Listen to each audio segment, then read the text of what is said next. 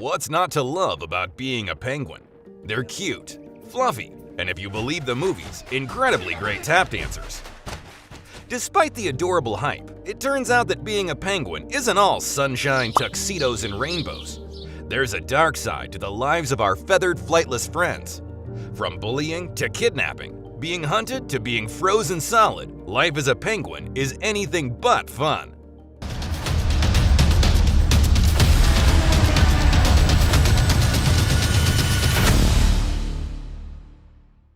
If you've ever seen a penguin in a SeaWorld or zoo, you'd probably assume they have the ultimate life of luxury. They laze around all day, are fed pre-caught fish, and their only predators are excited kids that bang on the glass. He's boring. Out in the wild, it's a different story. Life is very hard for a penguin. From the moment their egg is laid, all the way through to adulthood and becoming a parent themselves, any step could be their last. So to understand why penguins should be last on your list of birds to be, we gotta go back to the start. What came first, the penguin or the egg?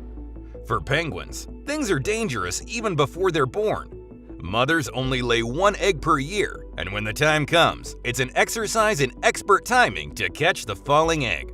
In sub-zero temperatures, newly laid penguin eggs will freeze if not immediately covered in the thick fur of its mother or father.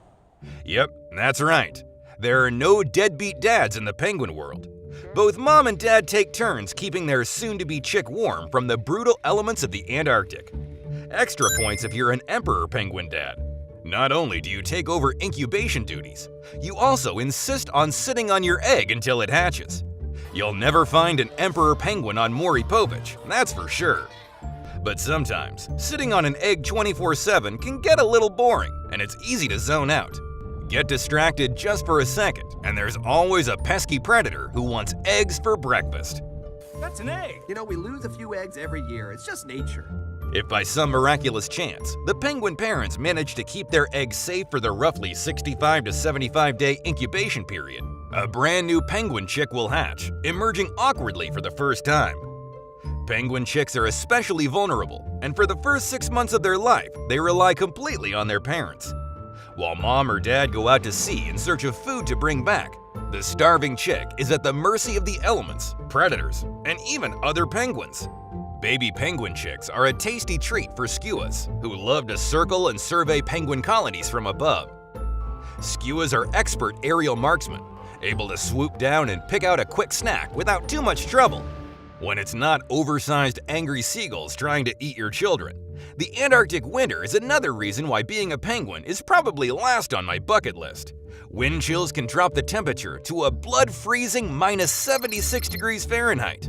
That kind of cold is difficult to even comprehend.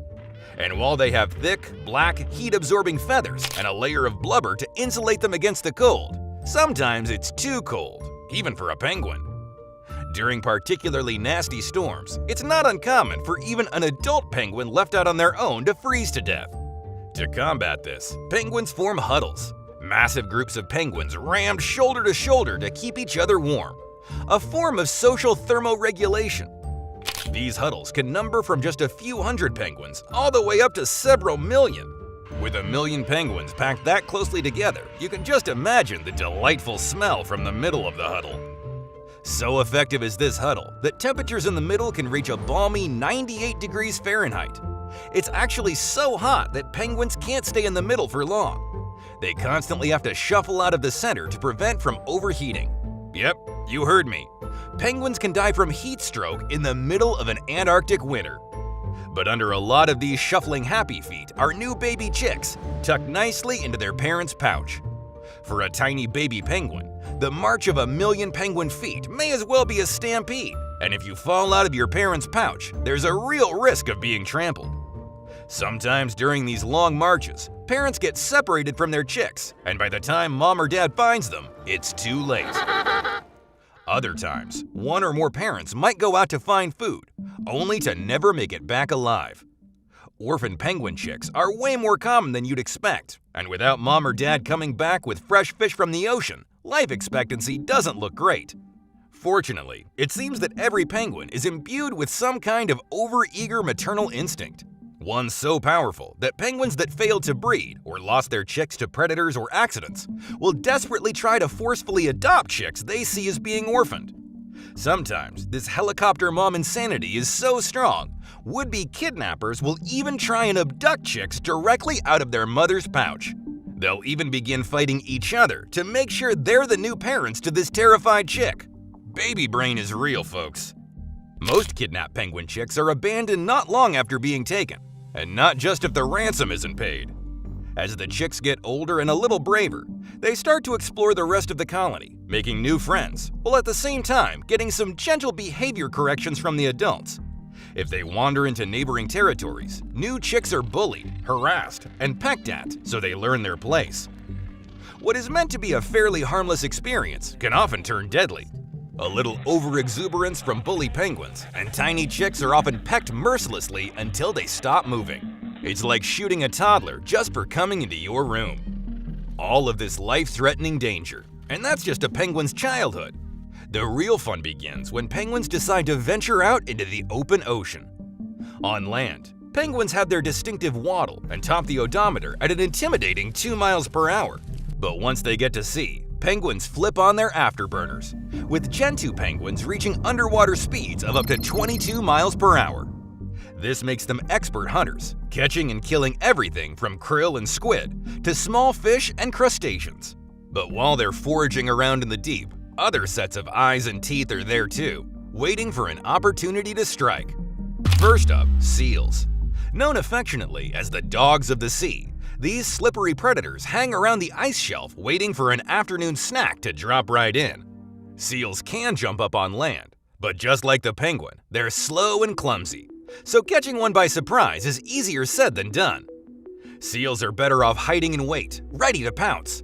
They're effective hunters too, almost always returning with a penguin meal to eat on the spot. Being eaten is an everyday occurrence for a penguin, and it's probably the reason why the rest of the colony will often watch in macabre fascination. Seal attacks aren't always 100% effective though, and injured penguins can stumble back onto shore in a daze before succumbing to their injuries. Sea lions are a seal's bigger, angrier cousin, and they too like to snack on the occasional penguin who's trying to get home to their families. Using crashing waves over headland rocks as cover, this beast of the ocean easily grabs a penguin or two, crushing them in his powerful jaws and swallowing them whole. Killer whales, or orcas, are another mammal with a taste for penguin meat. Orcapods will work together, hunting in packs to drive a school of penguins toward shallow waters where they aren't as agile, before eating the hapless bird whole. Oh, and of course you can't forget the predator that will literally eat anything: sharks. When great whites are taking a break from seafood for a change, they can be tempted to pop a few bite-sized penguins to cure those hunger pains. And while they do go and hunt penguins on purpose, it would be quite easy for these giant monsters of the ocean to simply swallow one without even noticing. If everything in nature is out to kill you, surely it's safe to come home and relax amongst your own kind, right? Well, maybe not. Fierce territorial disputes amongst some penguins can often lead to a vicious battle to the death. Winner gets the house. And if that's not sad enough, the final thing that can kill a penguin is loneliness. Yep, penguins are sensitive souls that mate for life. Once they find their special little soulmate penguin, there's no cheating, no homewrecking, no second marriages. It's one mate for life with these guys. Unfortunately, nature can be cruel, and hunting expeditions can often end up in one partner never coming home. Penguins will mourn the loss of a loved one, and this grieving can be so profound, the penguin left behind will often refuse to eat and starve to death as a result. So after watching this video, if you're still wanting to be a penguin, you really are a sucker for punishment, and I wish you the best of luck. Thanks for watching. If you enjoyed this video, please make sure to drop a like, and if you're not already subscribed, go ahead and tap that big red button and notification bell. See you all next time.